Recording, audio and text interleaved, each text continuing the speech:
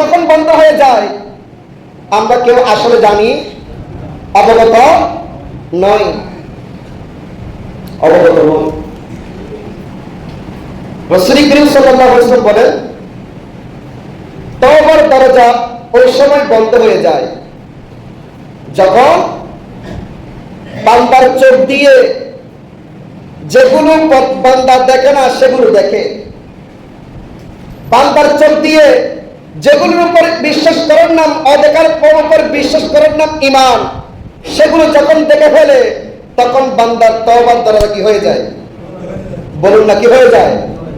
বন্ধ হয়ে যায়। তার জন্য রহমত আসতেছে না, অভিশাপ আসতেছে।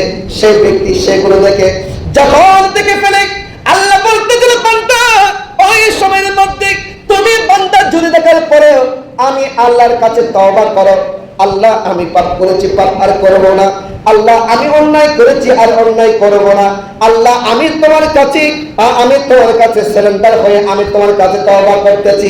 আল্লাহ বলতেছেন, যেগুলো দেখার না দেখার উপরে বিশ্বাস করেন না ঈমান, ওইগুলো যখন তুমি দেখে ফেলো তখন তোমার তওবার দরজা আমি আল্লাহ বন্ধ করে দিয়েছি।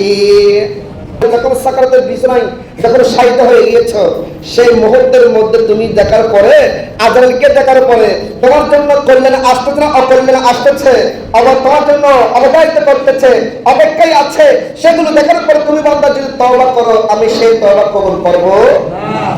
তাহলে তওবা করতে হবে কখন? বলুন না, মৃত্যু আগে, সাকারাতের বিছানা আগে।